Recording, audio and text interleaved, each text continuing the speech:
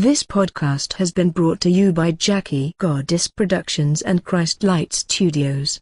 Put more magic into your life. Thank you and welcome to our story, Phoenix of the Shadow God.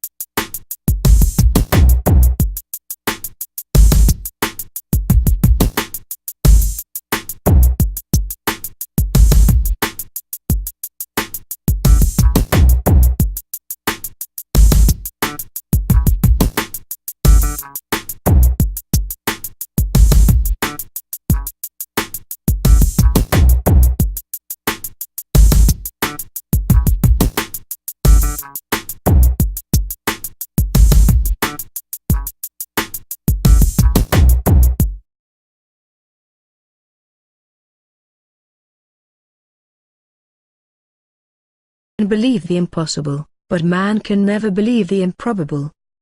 Oscar Wilde. Welcome to the first episode. The universe was born in a secret. The search for this secret is a persuasion that becomes a host to the dying I called truth.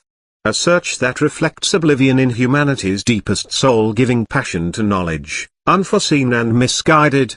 A source for deeds and a lust for excuse that gives curiosity to the explorer of human error. An error that has become the destiny of mankind and the hand that will bring its destruction. In the course of these manifestations, I come to bring order to this puzzle. The foremost thought of humanity given to the confines of planet Earth. A small world moving through the vast nature of the universe. A world where the vices of evil remain intact as the boundaries of limitation disappears. It is many years after the Keretsabond Wars. Earth has been plagued with the task of rebuilding hope after the reign of the corporate lords. To many, it is a time of prosperity under the destiny of new leadership. A new government created by the old nation-states of Earth, but from this freedom, comes a hidden justice giving to the nature of a new addiction for power.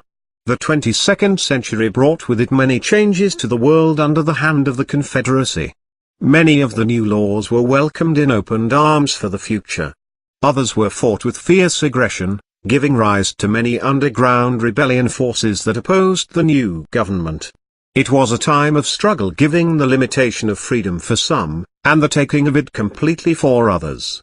On the surface, the public saw the actions of the government as a new course for a peaceful humanity. Welcomed by many, because it was a concept that hadn't been seen on Earth for centuries. The ability of the government to control the output of the media was soon borne onto the populace. It gave the appearance that what was being done was manufactured out of the greater good. During the days of the Keretsubond Wars, Earth was drained of many of its resources. This was a well-known fact for those in the secret confines of the government. It was a hidden disaster waiting to emerge. Earth was on a road to extinguishing itself. The day was coming when all resources would be depleted and mankind would fall to the hand of death. It was decided by the scientific experts that the only way humanity could survive would be to find the needed resources beyond Earth's atmosphere. Space had become the salvation, awaiting its exploration. The vast unknown that would bring humanity into a carnival of mystery and delight, but at a price it could not afford, a price which humanity would soon have to pay with its own blood.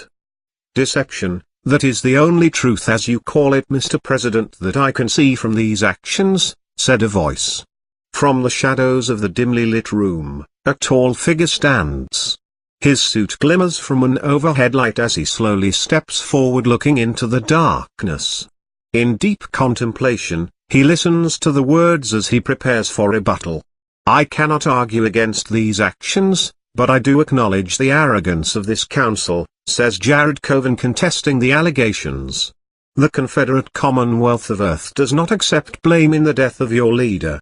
If such an action has been caused by humanity, it was done in accident, and not in malice. Accident or not, the deeds themselves speak that final decision of your species, vigorously announces the voice, its words falling upon Jared in anger. Your world and those upon it are pronounced dangerous by this council.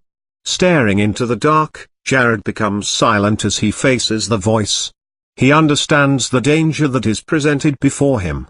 A risk that brings extinction to those who would pursue it. As Jared looks to the road that mankind has chosen, he recalls how they arrived.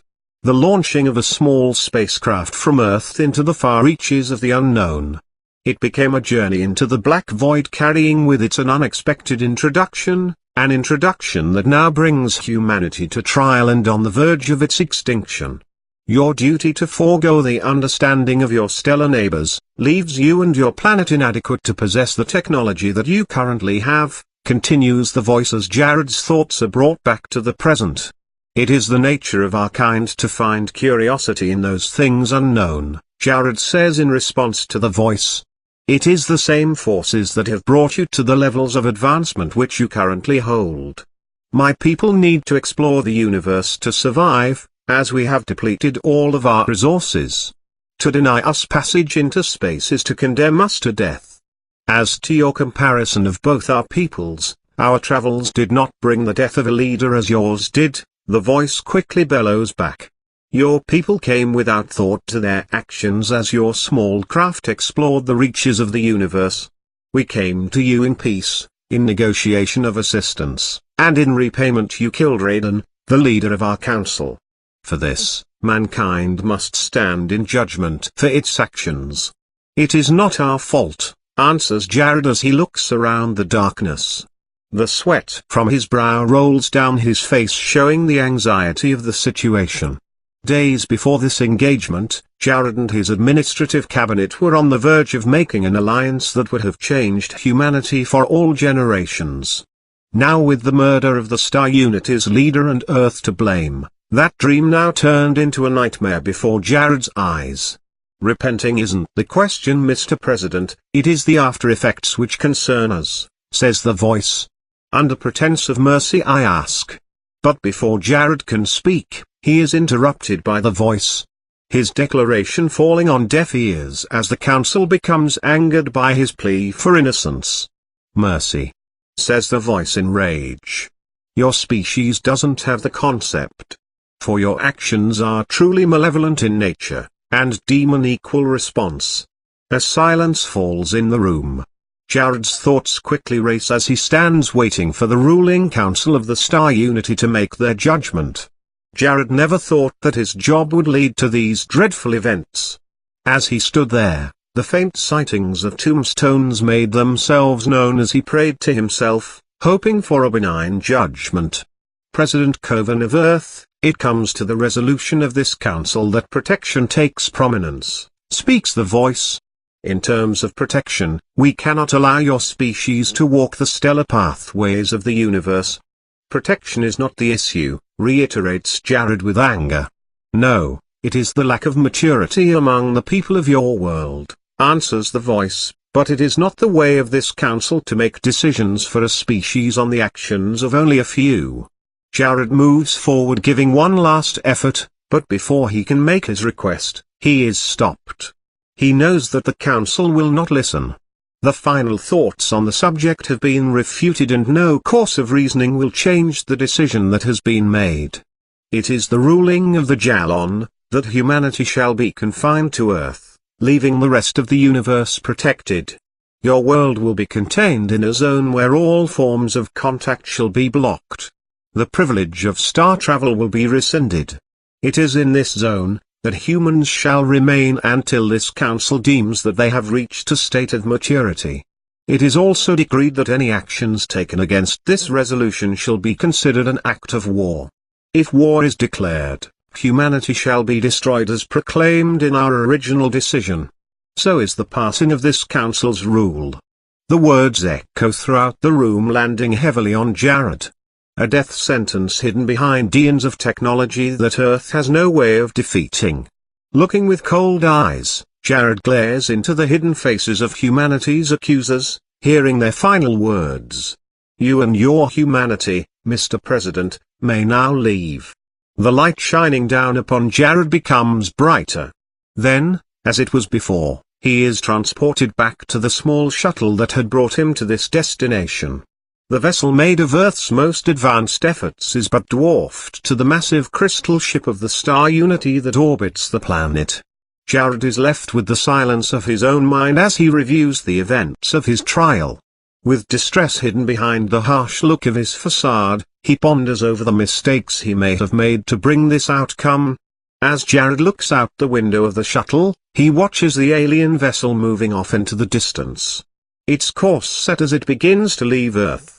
It is at this moment that the shock begins to fade and the realization of defeat is cast upon him. In his regret, he tries to decide what his next course of action will be. His mood is quiet and somber while the spacecraft he is on begins its descent into the upper atmosphere. The ship slowly appears from the clouds, positioning itself over Prime City, the capital of the Confederacy. It is here that the vessel makes a slow descent onto the landing pad at the presidential mansion. Jared looks below to see that he has arrived at his destination. In the last days of the Keretsu-Bond Wars, Prime City became the last battleground for the old nation-states. This place was the closing refuge of the corporate lords before they surrendered to the International Alliance. Here in this spot, the new government decided to rebuild civilization in the honor of those fallen. It is here in the capital of the Confederacy that the seat of freedom resides for all humanity. Jared watches the sun cast itself across the landscape of the metropolis. It is a sight he always looked forward to seeing when the pressure of being the president became too great. It is in this rare moment of peace that he finds relaxation while his eyes look to the horizon. As the shuttle made its final approach, Jared's time of reflection came to an end. His staff will soon be given the duty of finding an answer to the dilemma in which they now faced. Entering his office, Jared is greeted by his administrative cabinet. As he walks to his desk, he looks around the room. Their eyes filled with anticipation, waiting for him to reveal the decision of the Star Unity. General Nathan Mott, one of Jared's most trusted aides, begins to express himself. The answer already given to him through Jared's body language, considering he has known him for a long time. Mr. President, I would like to point out that an option of retaliation is still a viable solution, General Mout says. The general's stern military posture navigates through the room as he continues to speak. If we choose to defend ourselves, our losses will be minimal, that is, if we strike first. The close ties of Jared and Mout's relationship go beyond the office. They have known each other before Jared's first political campaign. As a young boy, Jared has heard the stories both Mout and his father told during their time in the academy. Even as an adult, Jared looks to Mout as he did when he was a child. He could still recall the day when Mout came with the news of his father's death. Even now, he can hear his mother crying as she fell to the floor in tears. To him, his father's death may be in the past, but the memories will always haunt him in the present. As Jared grew, Mout became the father he could no longer have. As always, between father and son, the son grows up to make his own decisions as Jared does today.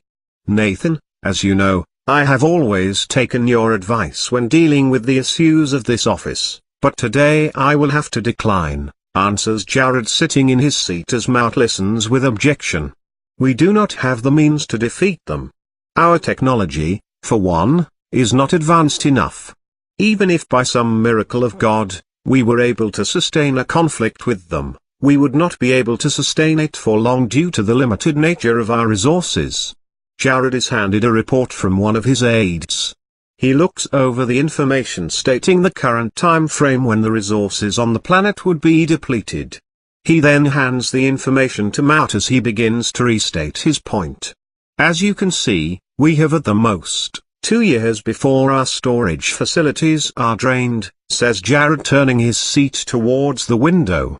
We have kept this knowledge from the masses by suppressing the media, and in turn have avoided a possible worldwide panic. If any of this were to leak into the general populace, planetary order would go all to hell. Lord Tran, another aide of the president, has always conceded towards a more relaxed position when it comes to the issues of planetary security. He has been criticized about his lenient methods towards various underground rebellions. Through the years, it has caused him to lose several positions of advancement in his career. However, he has become a valuable asset in the presidential cabinet. Jared looks to Tran for another path, but he is left without an answer. What then is our option, Mr. President? Asks Tran. Do we just surrender to the will of these aliens, or do we find a way to extend our resources beyond the deadline? We've already done that, firmly says Mout. We have only one option, and that is to arm our ships. It will at least give them a fighting chance if they happen to run into trouble. Turning his chair away from the window, Jared looks over at General Mout showing disagreement with his statement. What then do we do when we encounter resistance? Jared asks in a sarcastic tone. Do you really think that our defenses can handle the ships of the Star Unity? Remember, I have seen one of them, first-hand and up close. Firepower like that is too much for us. If you remember, David was too small for Goliath, and yet Goliath fell, General Mout responds. He then continues to preach his opinion with a strong enthusiasm. The corporate lords were walking gods to the International Alliance when it started, but yet they made their way through those hard times. I don't believe in an enemy who is all-powerful. Everything has a weakness, we just have to find out what it is. And how do you propose that? Tran asks General Mout. I don't mean to disrespect the General, Mr. President, but we don't have the first clue as to their weaknesses. And as the report pointed out, we do not have the time. Other methods must be available to us. The room becomes filled with the tension of two opposing sides. Occasionally, it is an inconvenience for Jared to have both Tran and Mout on his cabinet, but he knows in the long run, it has proven to be more useful than a problem. Jared quickly comes in between them, tapping his fingers upon the desk, bringing order back into the room. Let us not forget, gentlemen, who the real enemy is here, states Jared. I only have two options before me, and those are two options I don't like. I want different and new ideas on my desk that avoid the total annihilation of mankind. This has been hard on all of us, so I want everyone to go home and sleep on it. We'll discuss our options in the morning, that is if we have any. Jared dismisses his cabinet. As they leave the room, Matt turns to him and says, "Weren't you supposed to be with the kids and Inda right now? They have become used to the sacrifices of this job," answers Jared. "I have so much to do these days. I don't know how I'm ever going to catch up." Matt stretches out his hand over the desk picking up a photo of Jared's family. He begins to look over the picture as he continues to speak. It is strange to think that they have grown so fast.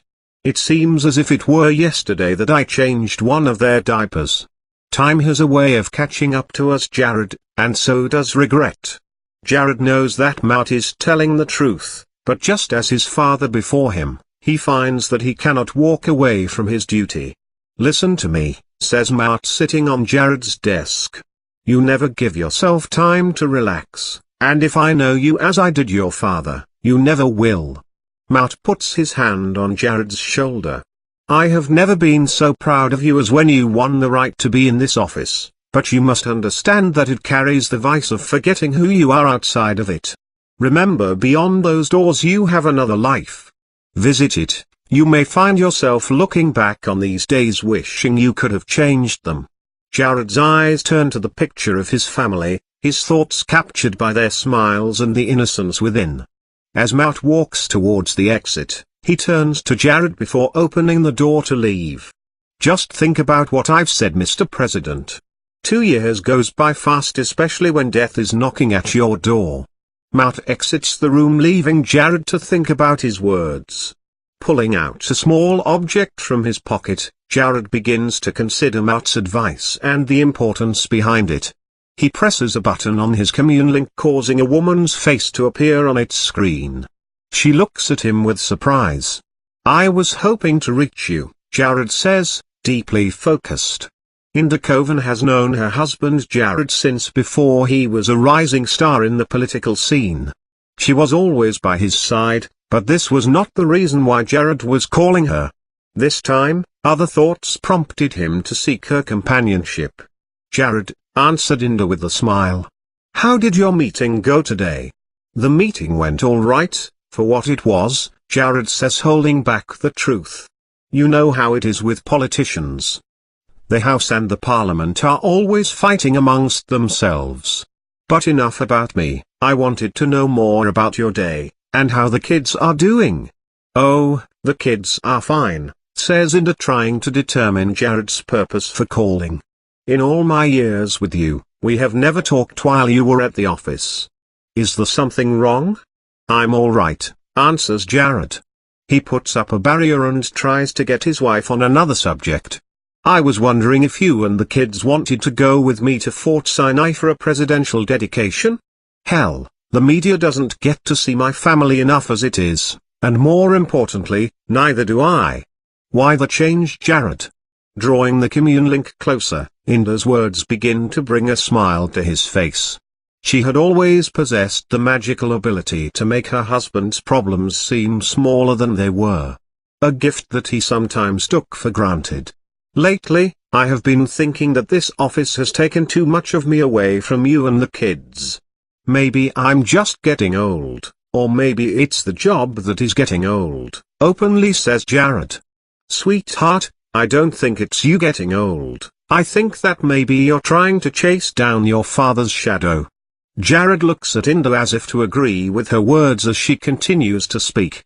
"I tell you this, you're still the best damned president that Earth has ever seen. It's your heart, Jared. It is always difficult for the heart to share power with the head. I know the man I married, and so do you, don't forget that." As always, Inda brings Jared back into focus. Rubbing his hand over the screen, he looks at her affectionately and says, "I love you, and I promise that I will meet you and the kids at Fort Sinai. I may be late, but I will be there." Sending her final goodbyes, Inda blows him a kiss. Her image then fades from the small screen as they both disconnect. Leaning back in his chair, Jared turns to look out the window. In silence, he begins to ponder over the issue of the Jalon and its judgment, a path that has become a cancerous growth moving mankind closer to extinction, a path he is beginning to realize that may be unavoidable. So concludes episode 1 of our story, Phoenix of the Shadow God. Please tune in for a new episode, and thank you for listening and your support of this podcast.